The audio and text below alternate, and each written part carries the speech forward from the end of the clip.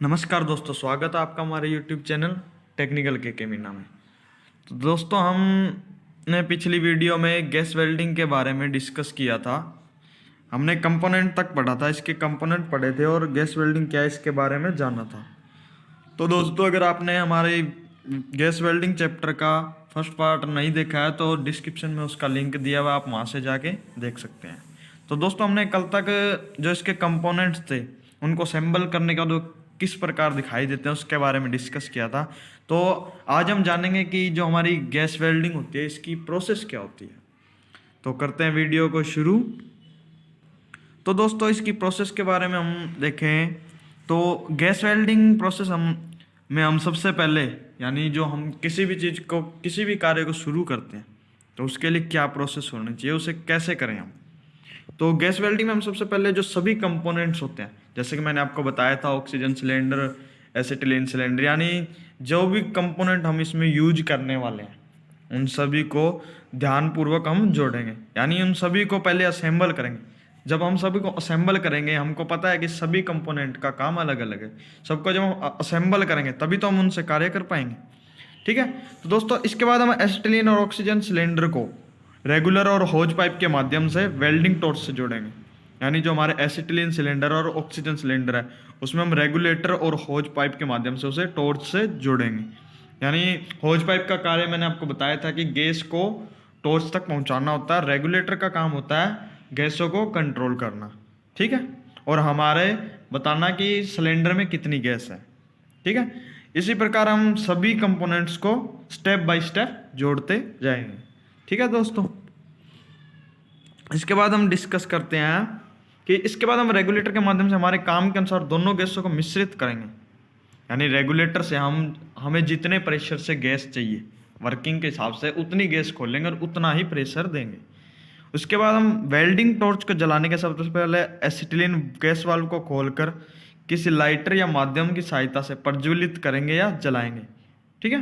यानी हम सबसे पहले जब हम गैस वेल्डिंग करते हैं तो सबसे पहले हम एसिटिलीन गैस वाले वाल्व को खोलते हैं और उसको लाइटर से जलाते हैं। इसके बाद हम ऑक्सीजन को खोलकर नोजल से निकलने वाली फ्लेम को कंट्रोल करते हैं। यानी हम सबसे पहले जब गैस वेल्डिंग कर रहे हैं प्रोसेस, तो उसमें हम सबसे पहले एसिटिलीन गैस के वाल्व को खोलेंगे और फिर लाइटर से उसे जलाने के बाद हम ऑक्सीजन को खोलकर उसकी जो फ्लेम निकलती है, नोजल से जो उसकी फ्लेम निकलती है, उसको हम कंट्रोल करेंगे। अगर हम फ्लेम की बात करें, यानी जो हमारी फ्लेम होती है वो हमारी 3 प्रकार की होती है। ठीक है। तो हम फ्लेम की बात करते हैं कि हमारे 3 प्रकार की वह कौन कौन सी होती है। बने रहिए वीडियो में हमारे साथ अंत तक। तो हम टाइप्स ऑफ फ्लेम जानेंगे कि हमारी जो फ्लेम होती है वो कितने प्रकार की होती है। तो हमारी जो फ्लेम होती है दोस्तों वो 3 प्रकार की होती है। दोस्तों, हमारी नंबर 1 पर है न्यूट्रल फ्लेम, नंबर 2 पर है हमारी ऑक्सीडाइजिंग फ्लेम और नंबर 3 पे हमारी कार्बोराइजिंग फ्लेम। ठीक है दोस्तों। तब हम जानेंगे कि न्यूट्रल फ्लेम क्या होती है, ऑक्सीडाइजिंग फ्लेम क्या होती है और कार्बोराइजिंग फ्लेम क्या होती है। इसके बारे में हम डिस्कस करेंगे। ठीक है दोस्तों। तो सबसे पहले हम देखेंगे कि हमारी जो न्यूट्रल फ्लेम है वो क्या होती है, कैसे बनती है न्यूट्रल फ्लेम, इसके बारे में हम डिस्कस करेंगे। तो जब हम वेल्डिंग टॉर्च में ऑक्सीजन और एसिटिलीन गैस को बराबर मात्रा में खोलते हैं या मिश्रित करते हैं, यानी मैंने बताया था कि आपको वेल्डिंग टॉर्च में हमारा मिक्सिंग चैम्बर होता है जहाँ पर दोनों गैसें मिक्स हो जाती है। अगर हम हमारे जो नीडल वाल्व होते हैं, जो हमारी नोजल होती है, टॉर्च होती है वेल्डिंग टॉर्च, उसमें अगर हम दोनों गैसों को बराबर मात्रा में खोल देंगे तो उसके नोजल माउथ से जो निकलने वाली फ्लेम है वो हमारी न्यूट्रल फ्लेम होगी। ठीक है। तो आपको दिखाई दे रही होगी ये कुछ इस प्रकार की होती है। हमारी जो न्यूट्रल फ्लेम होती है वो कुछ इस प्रकार से दिखाई देती है। ठीक है। तो अब हम बात कर लेते हैं इसके टेम्परेचर की, किसका तापमान कितना होता है। तो न्यूट्रल फ्लेम का जो इनर वाइट कोण का तापमान होता है, आप देख रहे होंगे, ये आपको दिखाई दे रहा होगा, ये इसका इनर वाइट कोण बोलते हैं हम इसे। इसका जो तापमान होता है वो 3100 डिग्री सेल्सियस होता है। और जो आउटर ब्लू कोण होता है, जो आपको दिखाई दे रहा है, ये आउटर जो ब्लू कोण दिखाई दे रहा है, इसका जो तापमान होता है हमारा 1275 डिग्री सेल्सियस होता है। ठीक है दोस्तों। इसके बाद हम इसका बात करें कि इस फ्लेम का यूज जो है कहाँ पर किया जा सकता है, यानी किसी सभी फ्लेम है, मैंने 3 फ्लेम आपको बताई है, तो उनका यूज भी तो होगा ना कि कौन सी फ्लेम का यूज कहाँ पर किया जाता है। तो जो हमारी न्यूट्रल फ्लेम होती है इसका प्रयोग हम mild steel, cast iron, stainless steel इस प्रकार की वेल्डिंग करने के लिए करते हैं। ठीक है दोस्तों, तो हम आगे जानते हैं ऑक्सीडाइजिंग फ्लेम के बारे में कि हमारी ऑक्सीडाइजिंग फ्लेम कैसे बनती है। ठीक है, तो जो हमारी ऑक्सीडाइजिंग फ्लेम है गैस वेल्डिंग में, जब हम एसिटिलीन की तुलना में, नाम से ही पता लग रहा है ना ऑक्सीडाइजिंग फ्लेम, तो जब हम एसिटिलीन की तुलना में वेल्डिंग टॉर्च में ऑक्सीजन को ज़्यादा खोलते हैं और एसिटिलीन गैस को कम खोलते हैं, तो वेल्डिंग टॉर्च से जो हमारी निकलने वाली फ्लेम है वो ऑक्सीडाइजिंग फ्लेम कहलाती है। इसका जो इनर वाइट कोण है उसका तापमान न्यूट्रल फ्लेम की अपेक्षा अधिक होता है। ठीक है, जो इसका यानी इनर वाइट कोण का तापमान है वो न्यूट्रल फ्लेम से ज़्यादा होता है। तो इसका हम बात करें कितना होता है कोण, तो इसका इनर वाइट कोण होता है 3300 डिग्री सेल्सियस से 3500 डिग्री सेल्सियस तक। और इसका जो आउटर कोण है, यानी इसके इनर कोण और आउटर कोण दोनों का टेम्परेचर हमारा बराबर होता है। ठीक है, इसके बाद हम इसका उपयोग की बात कर लें कि इसका हम प्रयोग कहाँ करते हैं। तो इस फ्लेम का उपयोग हम स्टील, पित्तल और कांस्य इत्यादि की वेल्डिंग के लिए करते हैं। ऑक्सीडाइजिंग जो फ्लेम है उसका प्रयोग कहाँ किया जाता है, इसका प्रयोग स्टील, पित्तल और कांस्य की वेल्डिंग में किया जाता है। ठीक है दोस्तों, अब हम बात करते हैं कार्बोराइजिंग फ्लेम की कि हमारी कार्बोराइजिंग फ्लेम क्या होती है। तो जैसे कि आप दोस्तों देख सकते हैं हमारी जो कार्बोराइजिंग फ्लेम है वह कुछ इस प्रकार की दिखाई देती है।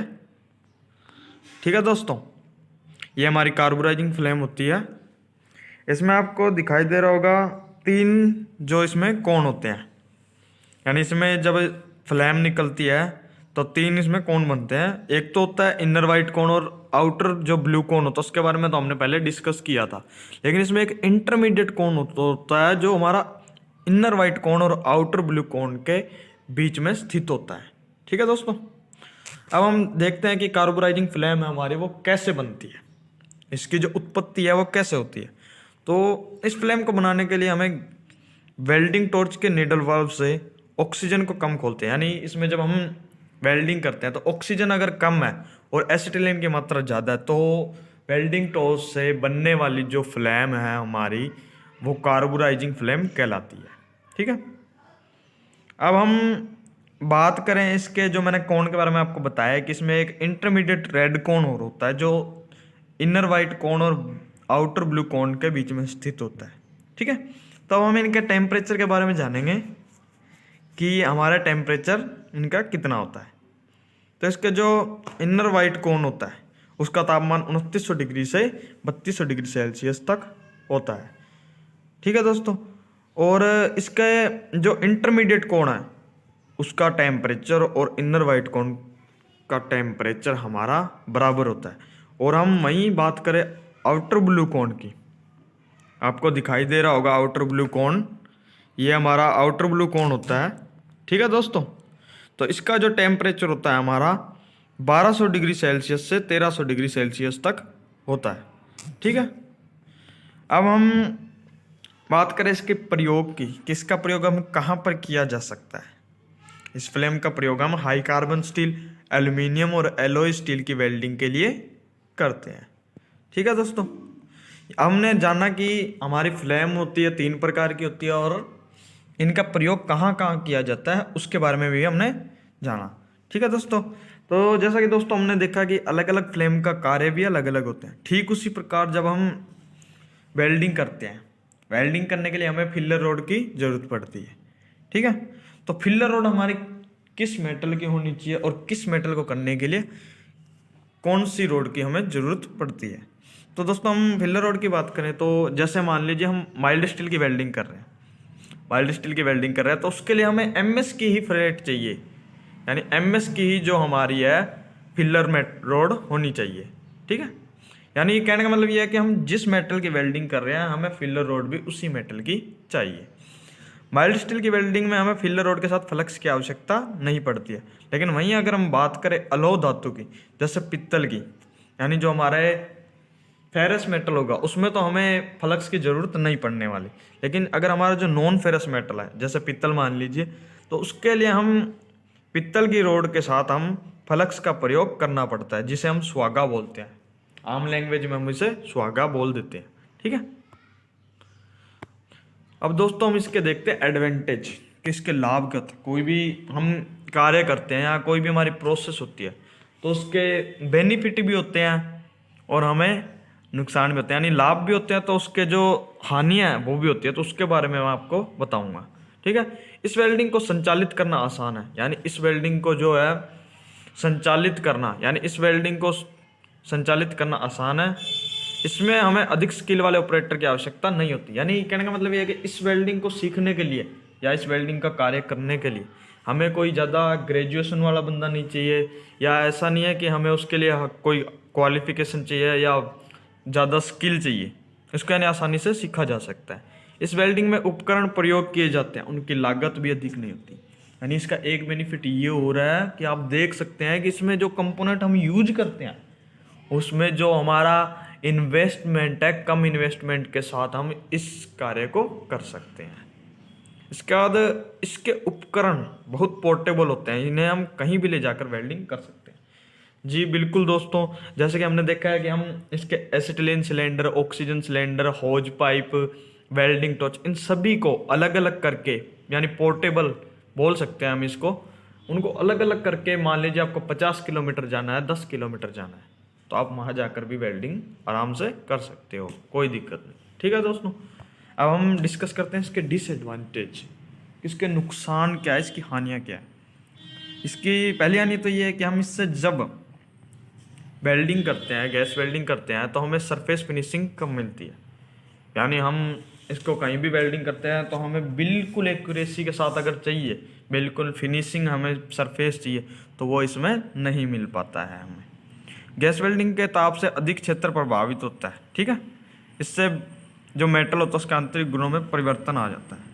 यानी आपने दोस्तों सुना होगा हीट एंड ट्रीटमेंट होता है हमारा, उसमें हम किसी भी मेटल को गर्म करके उसके जो आंतरिक गुण होते हैं उनमें परिवर्तन आ जाता है। तो इससे जब हम वेल्डिंग करते हैं, वेल्डिंग तो हम एक कॉर्नर पे कर रहे हैं, लेकिन इसकी जो फ्लैम है वो अधिक क्षेत्र को घेरती है, तो उसके वजह से जो हमारा मेटल होता है उसके आंतरिक गुणों में परिवर्तन आने के पूरे चांसेस होते हैं। इस वेल्डिंग का उपयोग नरम और पतली धातुओं पर उपयुक्त होती है। इस वेल्डिंग का जो उपयोग है वो नरम और पतली धातुओं पर अच्छी रहती है। ठीक है दोस्तों, यानी हम इसके लिए किसी भारी पार्ट हो गया या ज़्यादा थिकनेस वाले पार्ट्स है उस पर इसका यूज करें तो इतना हमें बेनिफिट नहीं मिलता है। इस वेल्डिंग का उपयोग हमने बता दिया कि आपको नरम और पतली धातु के लिए ही किया जाता है। अब बात करें हम, इसकी वेल्डिंग दर कम होती है, यानी इससे जब हम वेल्डिंग करते हैं तो हमें समय लगता है। यूँ नहीं है कि हम जैसे आर्क वेल्डिंग होती है, मिग वेल्डिंग होती है, उसमें तो हम जल्दी से कर सकते हैं, इसमें हमें समय लगता है। ठीक है दोस्तों, अब हम डिस्कस कर लेते हैं सेफ्टी, कि हम गैस वेल्डिंग कर रहे हैं तो हमें क्या क्या सेफ्टियाँ रखनी चाहिए। हम कोई भी कार्य करते हैं तो हमें सावधानियों को भी ध्यान में रखते हुए कार्य करना चाहिए। गैस असेंबली के किसी भी भाग पर तेल या ग्रीस का प्रयोग नहीं करना चाहिए। जी हाँ बिल्कुल दोस्तों, गैस के संपर्क में आने से विस्फोट हो सकता है।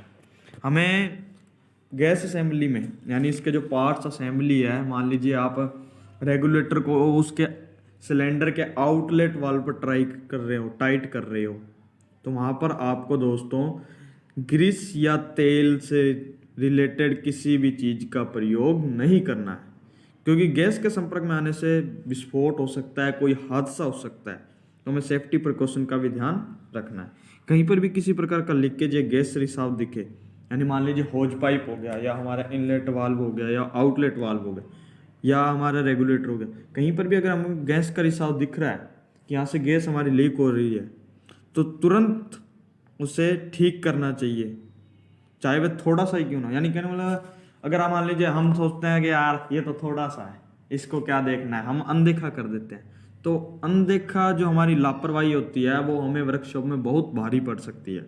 इसलिए इस तरह की लापरवाही ना बरतें, सावधानी का पूरा ध्यान रखें वर्कशॉप में। वेल्डिंग शॉप में हमेशा फायर एक्सटिंग्विशर तैयार कंडीशन होना है। जी दोस्तों, वेल्डिंग जो हमारी शॉप है उसमें कभी भी हमको पता थोड़ा ना कब क्या हादसा हो जाए, कभी भी कोई भी हादसा हो सकता है, आग लग सकती है, कुछ भी हो सकता है। तो उसके लिए हमें फायर जो एक्सटिंग्विशर है उसे हमेशा तैयार रखना चाहिए। जब गैस वेल्डिंग का प्रयोग ना हो तो खाली हो ये तो सिलेंडर को वाल्व को बंद कर देना चाहिए। यानी हम मान लीजिए काम नहीं कर रहे हैं, हमारा जो काम था 1 घंटे काम था, हमने कंप्लीट कर दिया वो, उसके कंप्लीट होने के बाद भी अगर हमारा वाल्व खुला है तो भी कोई दुर्घटना हो सकती है। इसलिए हमें कार्य खत्म होने के तुरंत बाद सभी वाल्व को बंद कर देना चाहिए। ठीक है दोस्तों, सिलेंडर वाल्व हमें धीरे खोलना चाहिए ताकि 1.5 चक्कर से अधिक नहीं खोलना चाहिए। ठीक है दोस्तों, सिलेंडर का जो हम वाल्व खोलते हैं यानी गैस खोलते हैं उसे थोड़ा ही खोलना चाहिए, ज़्यादा नहीं खोलना चाहिए। ठीक है दोस्तों, यानी हमें उसे 1 से 1.5 चक्कर तक ही खोलना चाहिए, इससे ज़्यादा नहीं खोलना चाहिए। ऑक्सीजन सिलेंडर के लिए काले या नीले रंग की होज पाइप का उपयोग करना चाहिए। यानी जो हमारा ऑक्सीजन सिलेंडर होता है उसके लिए हमें नीले या काले रंग की जो होज पाइप होती है उसका प्रयोग करना चाहिए। और दोस्तों जो एसिटिलीन गैस होती है उसके लिए मैरून या रेड कलर की पाइप का प्रयोग करना चाहिए। तो दोस्तों ये था हमारा गैस वेल्डिंग चैप्टर का पार्ट 2। अगर आपने हमारा पार्ट 1 देखना है तो डिस्क्रिप्शन में मैंने उस वीडियो का लिंक दिया हुआ है, आप वहाँ जाकर हमारे गैस वेल्डिंग चैप्टर के पार्ट 1 को देख सकते हैं। और दोस्तों अगर वीडियो अच्छी लगे तो लाइक करना, शेयर करना, कमेंट करना, और ऐसी मैकेनिकल ग्रुप की टेक्निकल वीडियो देखने के लिए हमारे चैनल को सब्सक्राइब जरूर करें। तो दोस्तों अगली वीडियो में हम जानेंगे कि गैस कटिंग हम कैसे कर सकते हैं, गैस कटिंग प्रोसेस के बारे में जानेंगे। ठीक है दोस्तों, थैंक यू दोस्तों।